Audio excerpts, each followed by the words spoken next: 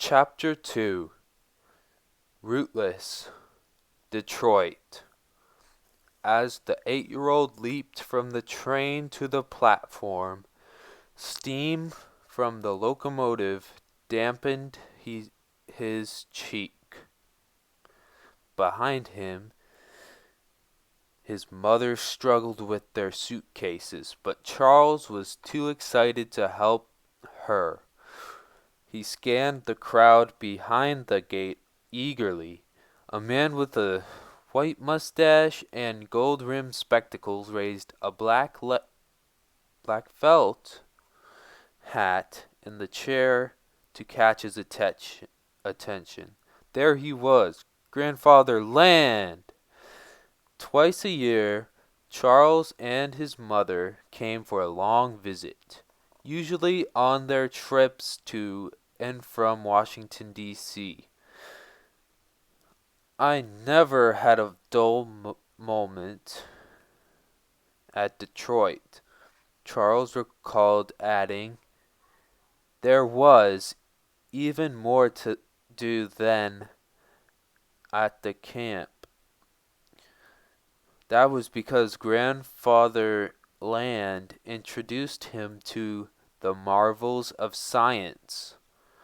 The Lands lived in a gray frame house on West Elizabeth Street, with flowers, a flagstone path, and a brass sign on the front door that read, C.H. Land Dentist. Charles raced ahead of the adults and flung open the door. Was everything waiting for him exactly as he'd left it? An obsessive list maker, Charles kept detailed accounts of his possessions.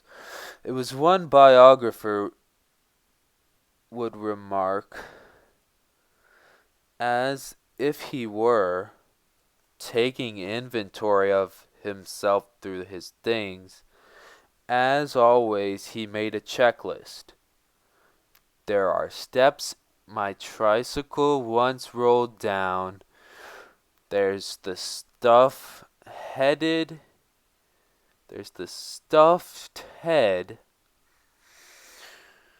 of the Rocky Mountain sheep that I use as a target for my unloaded rifle. Here's the safe, which holds platinum foil and bright sheets of dental gold, and the cabinet of polished stones and fossils. On one of its shelves is a piece of mammoth's tooth. There are many old toy fire engines high on the back hallway shelf. There's Grandmother, smiling and getting up from the kitchen table, and at her feet my battle-scarred tomcat, Fluff. The place was a treasure trove, and the boy was given a complete freedom to investigate and discover. In his grandmother's downstairs dental lab, Charles examined plaster casts of patients' mouths. He rode up and down on the hydraulic foot-pedaled dental chairs, and he used the dental wheel to polish stones he'd brought from Minnesota. He fiddled with microscopes, Bunsen burners, and ceramic ovens. There were drills of all sizes and drawers for hand instruments, bottles of acid, amalgam powder,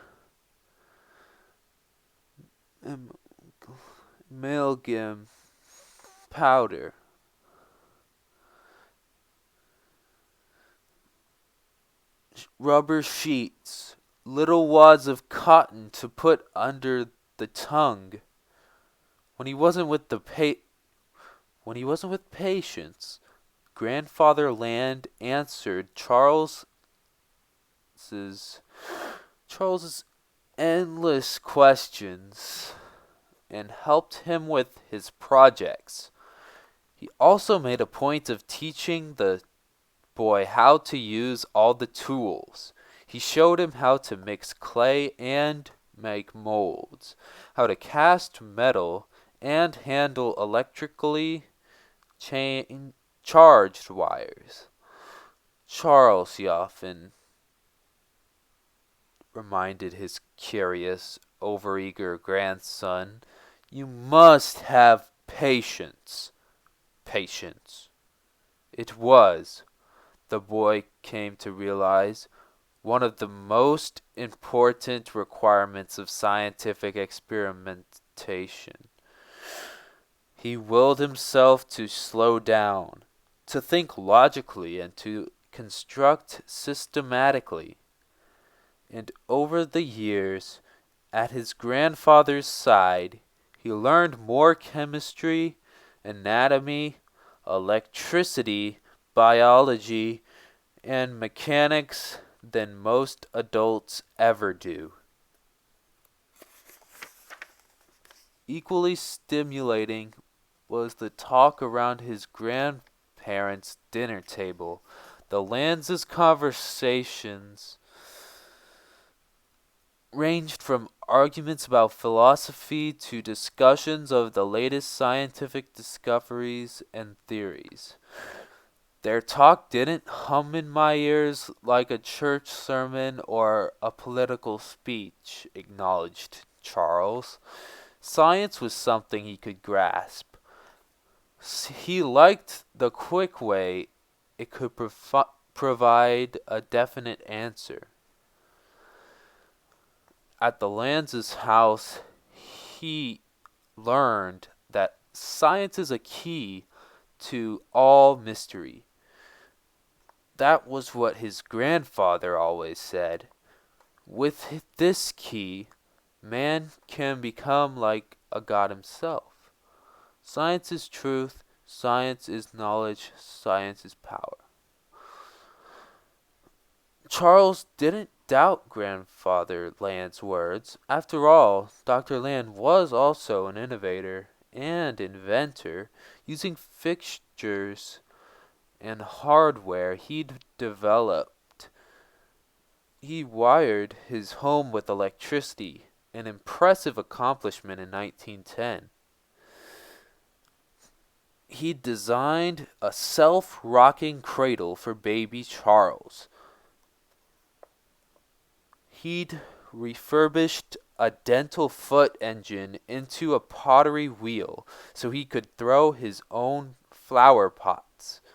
He grew mushrooms in his basement and wildflower hybrids that he'd cultivated himself in his garden.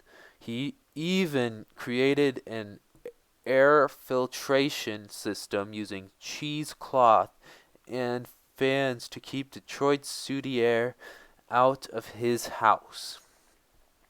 My grandfather is as wise as he is old. Charles bragged as a child, and he can make anything with his hands. Like his grandson, he also pondered the question, what is death? And he wondered if the human body could be treated like a machine with a collection of replaceable parts. After all, if we could replace teeth with perfectly fine artificial ones, then why not a heart and a lung? Then why not a heart and lungs? Dr. Land was convinced that it would happen one day. And then, was it possible that humans could live forever? The vocal and opinionated Dr. Land expressed these ideas to his family, and Charles, with his curious mind and his own questions about life and death, soaked them up. Is there something within one's body that doesn't age with years? The boy wondered. The question throb bed in my mind. Around the age of 10, Charles began thinking about becoming a doctor when he grew up so he could explore the mysteries of life and death. He felt confident he could solve them.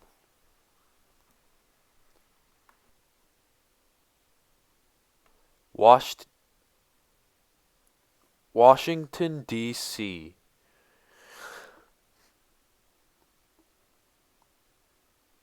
Despite her estrangement from CA, Evangeline went to Washington 8 out of the 10 winters he was in Congress so that father and son could see each other daily. The couple did not live together.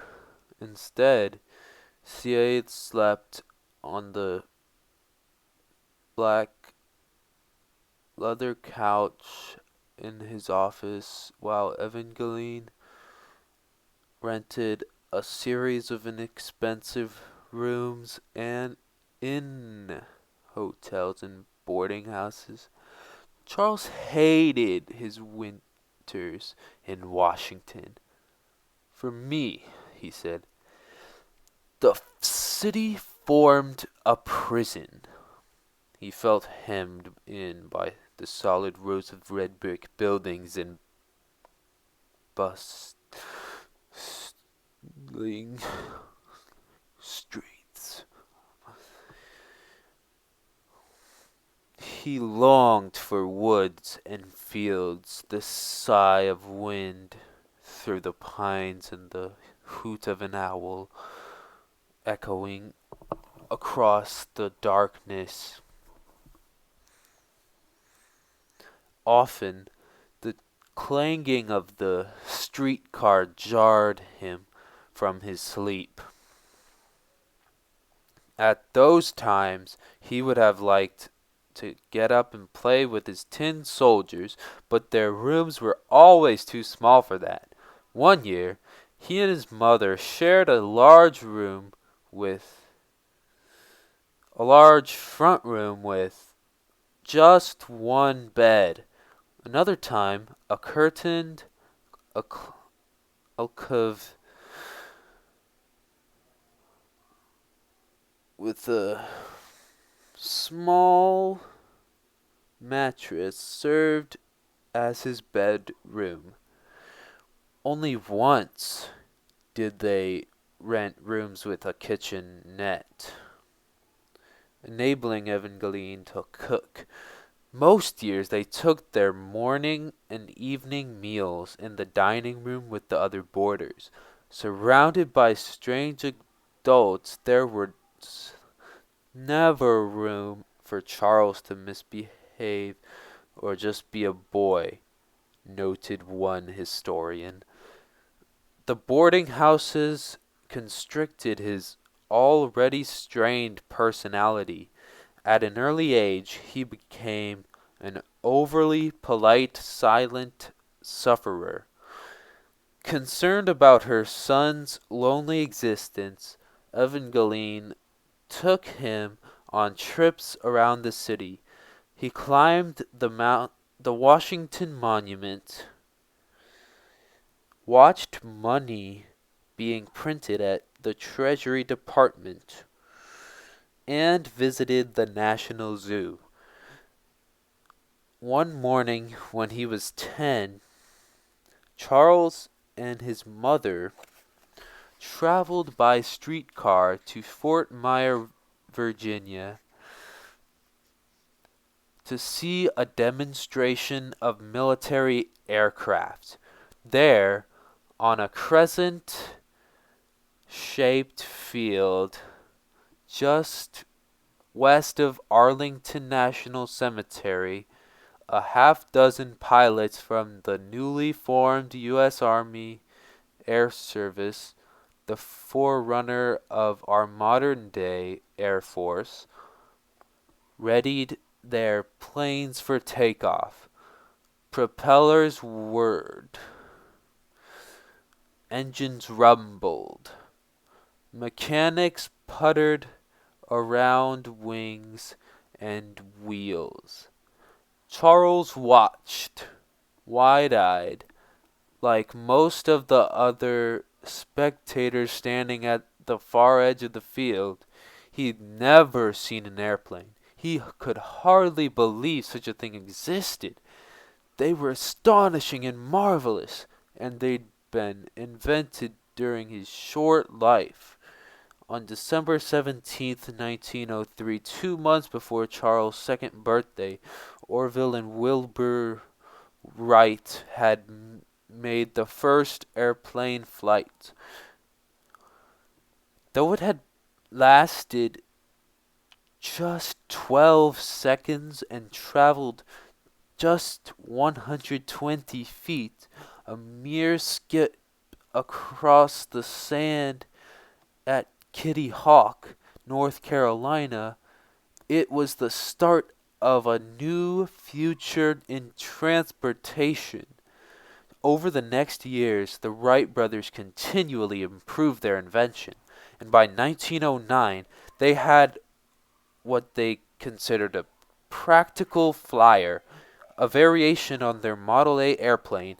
It was designed to carry two people sitting upright and shoulder to shoulder in two seats on the leading edge of the wing, controlled by two simple levers or sticks. The plane was equipped with a more powerful four-cylinder internal combustion motor. The original plane had a two-cylinder engine. That year, Wilbur Wright wowed the world by circling the Statue of Liberty in the Model A. His demonstration convinced U.S. Army officials to invest in aircraft. Within the year, they hired the Wrights to build the first military planes. Smaller than the Model A, these planes were designed for speed and, to the Army's amazement, could reach a top speed of 42 miles per hour. Modern commercial jets fly at a speed between 460 and 575 miles per hour. With the purchase of these machines, the Army also enlisted its first pilots. A few civilians took to the skies too.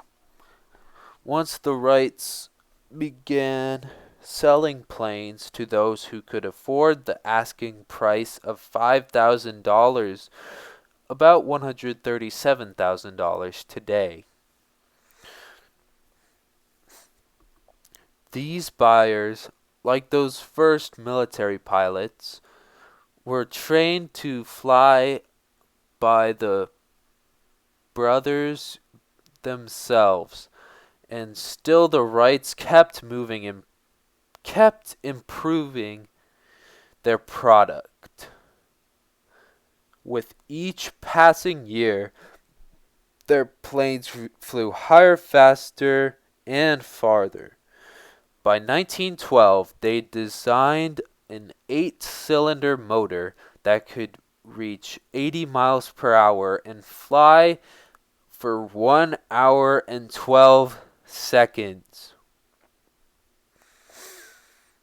They improved directional control, and they added wheels for takeoffs and landings, dispensing with the launch system similar to a catapult they'd been using.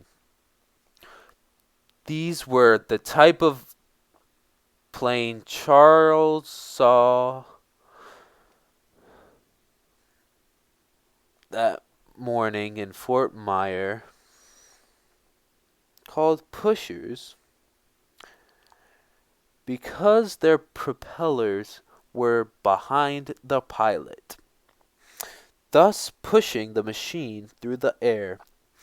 It would be another 2 years before tractors, propeller first aircraft, would be introduced. All were biplanes. That is, they had two pairs of wings, stacked one above the other for added strength and lift, and all looked fragile. Made of wood and fabric, with open cockpits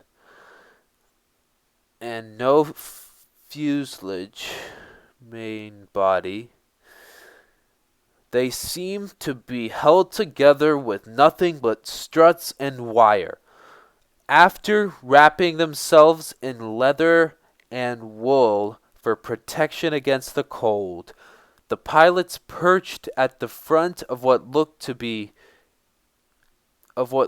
Charles like box kites, oblong wooden crates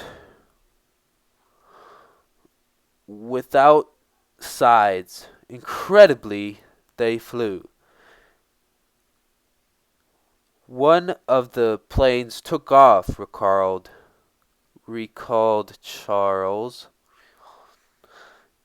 You could see its pilot clearly out in front, Pance's legs flapping and cap visor pointed backward to streamline the wind.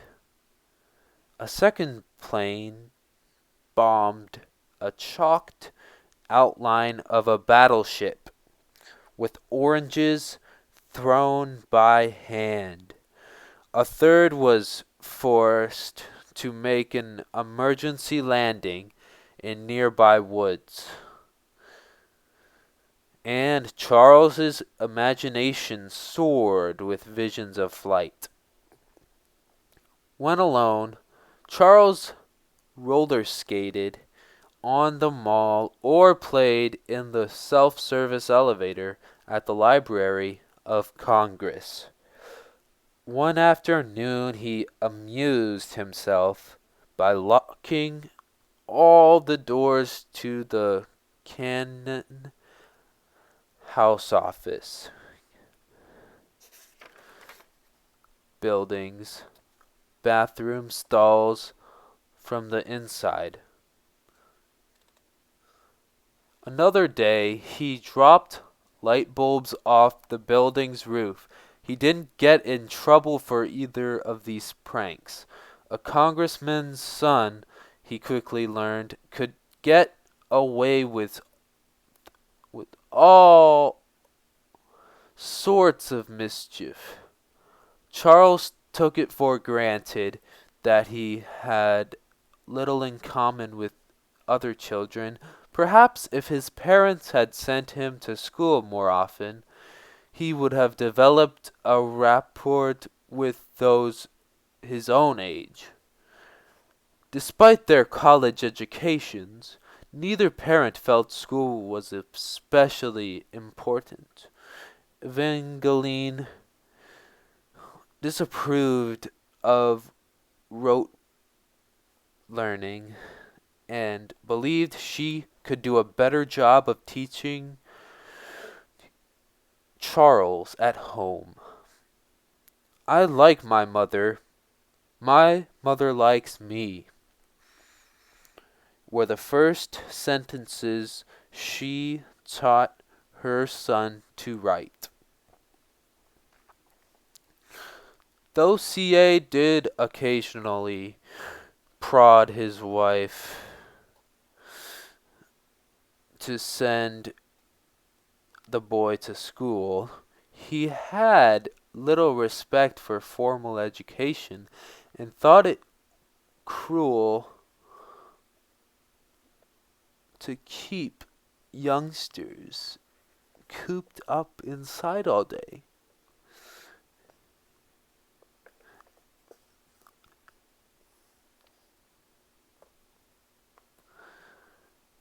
And so their son attended school sporadically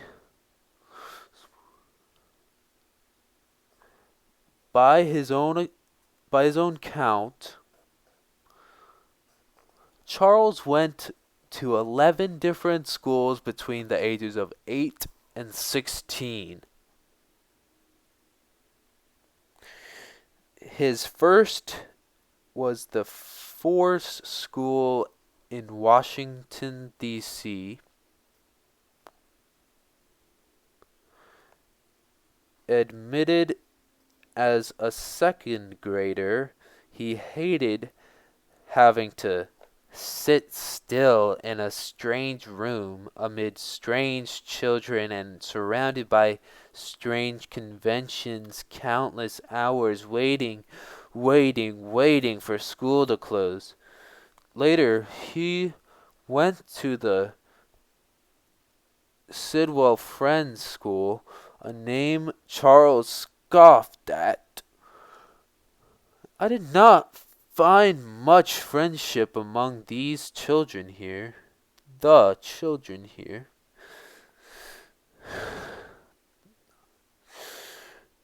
The children there.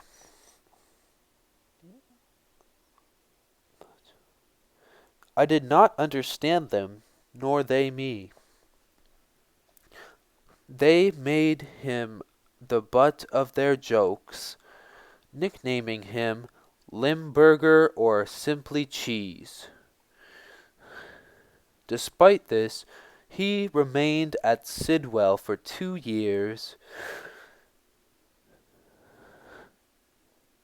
in the 7th and 8th grades.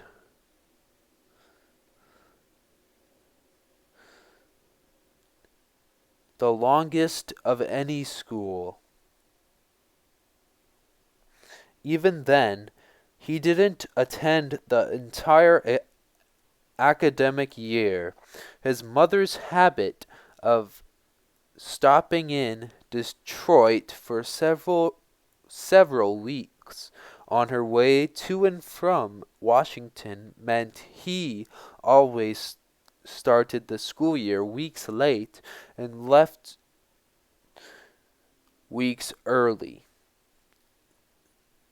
Is it any wonder he was inattentive and bored in class? And while he never flunked any subjects, his grades were poor. Duller still were the hours he spent in the House of Representatives' gallery. It was always too hot and rather stuffy, and the speeches went on and on like sermons from a pulpit. Sometimes you got a headache as you listened, but his father liked having him there whenever he spoke, and C.A. spoke often.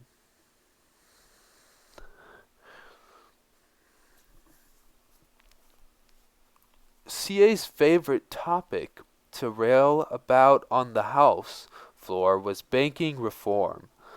A congressional maverick, he relished the idea of battling America's financial institutions, declaring war on banks and investment firms.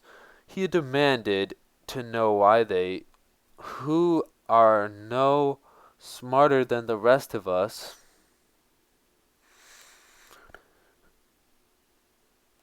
continually got richer. This money trust, he claimed, had seized sinister control of America. Something had to be done before they undermined free speech, free press, and the freedom of thought.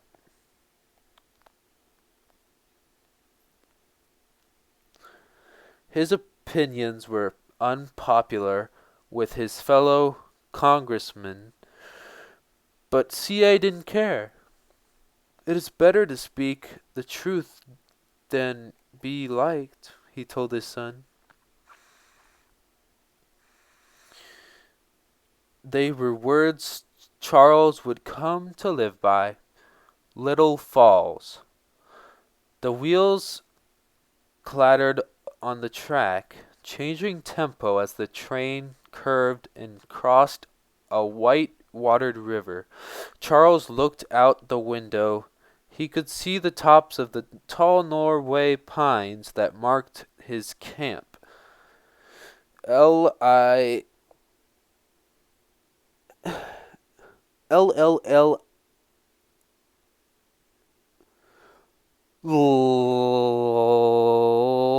Little falls. Little falls.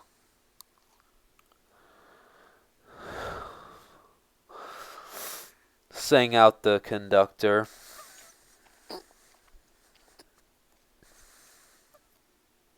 The train slowed, jerked, came to a stop.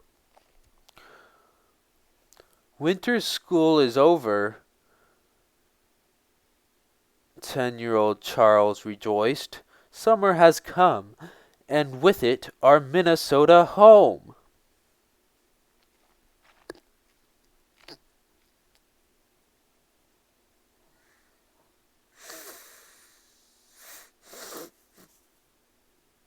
As they did every June when they returned, mother and son stopped at Ferguson's grocery to order food and arrange for their trunks to be delivered from the station. Then they set out on foot to the camp. When they reached the neighbor's house where Dingo had spent the winter, Charles whistled and the dog bounded out to greet him. Frantic with joy, Dingo barked, wiggled, wagged, and Charles, always more affectionate with animals than people, thumped Dingo's side and scratched him all over. Then they started together down the shady country path that curved through meadow, woods, and tangled thickets.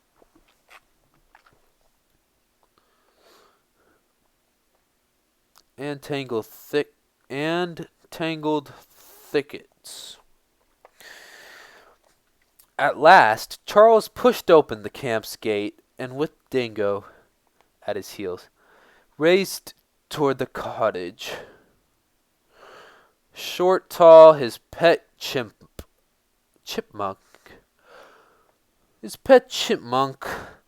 scampered out onto the rock pile beside the back porch steps. The boy was relieved to see him in the house. Ever since the fire had destroyed his first home, Charles worried about losing the second. After turning the key in the lock, he pushed into the kitchen. The place smelled musty. They didn't have a caretaker, so no one had been inside all winter. As Evangeline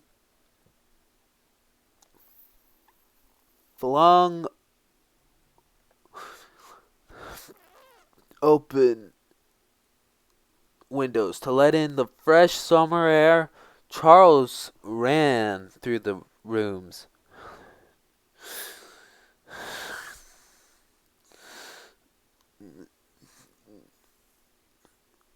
Making sure all was in order. Once his indoor inventory was complete, he dashed back outside. Was his rope swing still hanging? Had the cave he'd dug out and around an old stump fallen in? Could he still keep his balance on the stilts he'd made. There's the Maidenhair patch to visit, and the bluff on the creek to slide down. He told himself, I have my guns to clean and hawks to hunt. Dingo has gophers to catch. One day, as Charles played outside, he stumbled across a dead horse, black flies buzzing above its bloated belly. Its four rigid legs looked like exclamation marks. Charles stopped. Where had the horse come from? And why had it died here in the woods? Beside him, Dingo barked and lunged. Charles gripped the dog's collar to hold him back. The boy certainly hadn't expected to find this when he'd set out in search of adventure. Practically every morning since his return, he'd tramped through the pine wood. He liked to pretend he was a pioneer, blazing new trails through the wilderness, or a soldier protecting the frontier, except for Dingo. He was always alone. He wasn't sorry about that.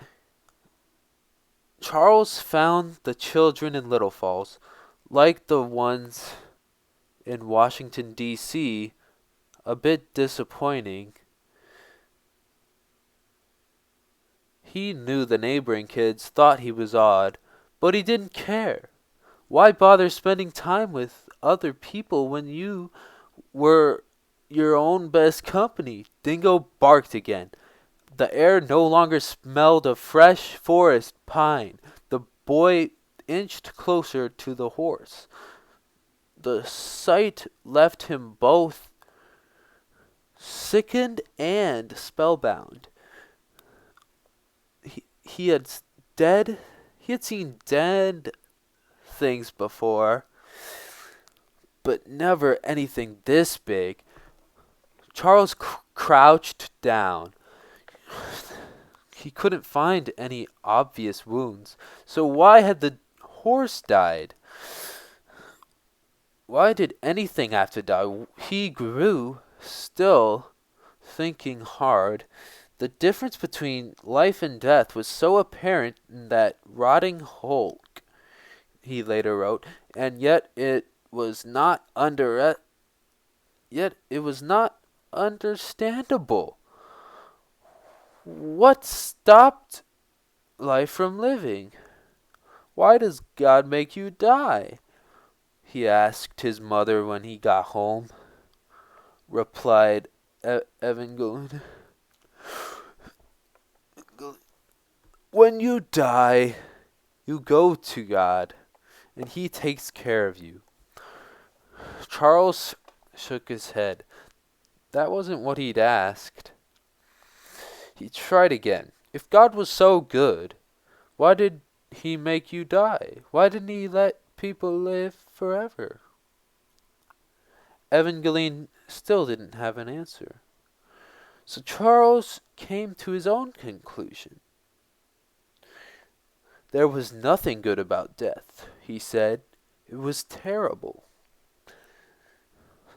When he wasn't tramping through the woods, Charles could often be found lying on his back in the meadow, hemmed in by the tall grass and hidden from passers-by, watching the clouds drift overhead and thinking. Those clouds, how far away are they? Nearer than the neighbor's house, untouchable as the moon, unless you had an airplane, he figured. He wished he had one. Wings with which I could fly up to the clouds and explore their caves and canyons. Wings like that hawk circling above me. Then I would ride on the wind and be part of the sky. Charles thought a lot about airplanes.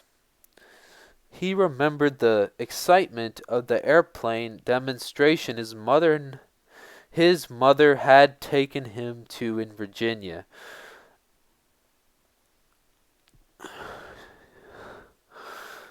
And then there was the day he'd heard the sound of a distant engine while reorganizing his rock collection in Cottage's attic.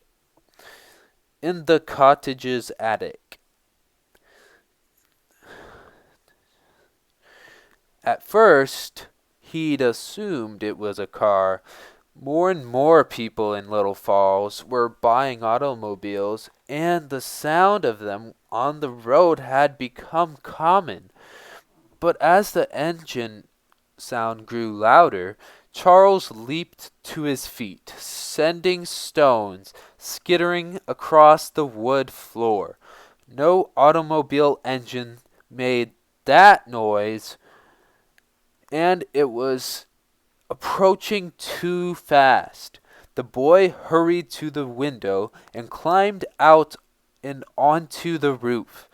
There, above the treetops, passed a pusher, like the ones he'd seen in Virginia. But what was it doing here?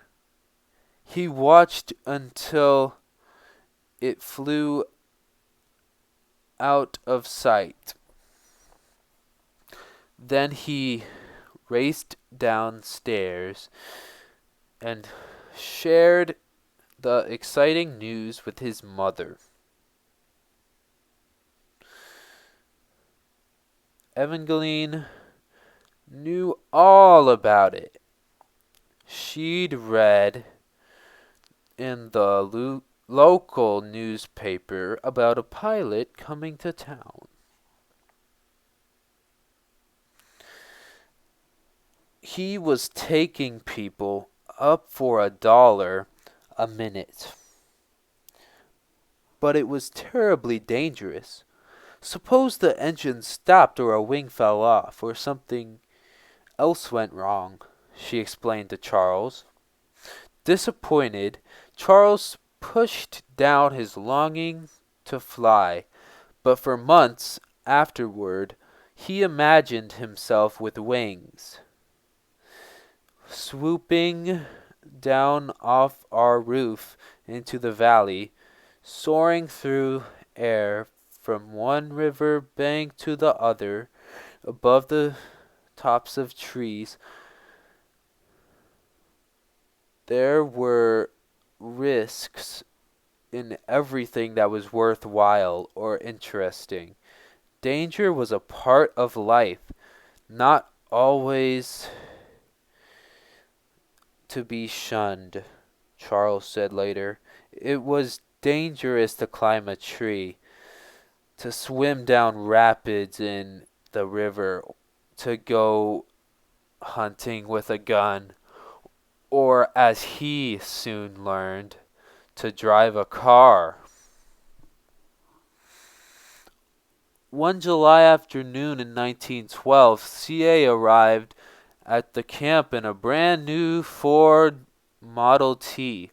Charles quickly took inventory of the marvelous machine with its foot-pedal gearshift, four-cylinder engine, carbide headlights, hand crank, squeeze rubber bulb horn, and quick fasten on side curtains for rainy days. CA announced that he'd bought the car for his campaign trips and intended to leave it with them the rest of the year. Evangeline, he added generously, was welcome to drive it any time. But it was soon clear that Evangeline was a nervous driver. She'd drive the 2 miles into town white-knuckled, her foot clamping down on the brake, causing the car to stall out. When she wasn't braking and stalling, she was weaving and swerving. Once she drove into a ditch. 10-year-old Charles knew he could drive better than that, and even though he was so short that he had to stand up to reach the pedals, he climbed behind the wheel and, without any supervision, headed down the road. Soon he taught himself how to handle the car. Neither parent tried to stop him. They did not impose their ideas of what he should do or how he should behave, and they seemed not to notice that he was still a child. Age seemed to make no difference to them, Charles later wrote. My freedom was complete. All they asked for was responsibility in return. The Model T needed lots of maintenance. Even on short trips, Charles often had to stop and tinker with the engine, change the tires, and make adjustments to the gas headlights. This didn't bother him. He knew he possessed exceptional mechanical abilities. Even as a small boy, he'd shown a remarkable aptitude. He'd taken apart and reassembled a shotgun before he could read. When he was 7, he'd fixed the camp's motor-driven water pump. And recently he'd designed a way to move heavy blocks of ice cream in the ice house to the kitchen using pulleys, levers, an inclined plane, and a toy wagon. The kid loved machinery and knew how to handle it, recalled Martin Engstrom, owner of Little Falls' hardware store. Engstrom was so impressed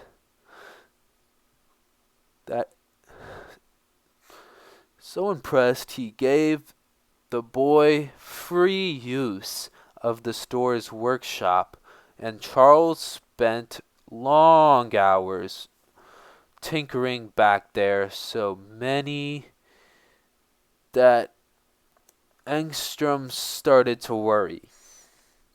It seemed to him that machines had become more real to Charles than most people were. Nobody recalls him ever having attended a social function or having looked at a girl. His favorite pastime was to hang around the hardware store where he could gaze at the latest mechanical gadget. Charles was, one little Falls girl recalled, a grubby youth with engine grease under his fingernails.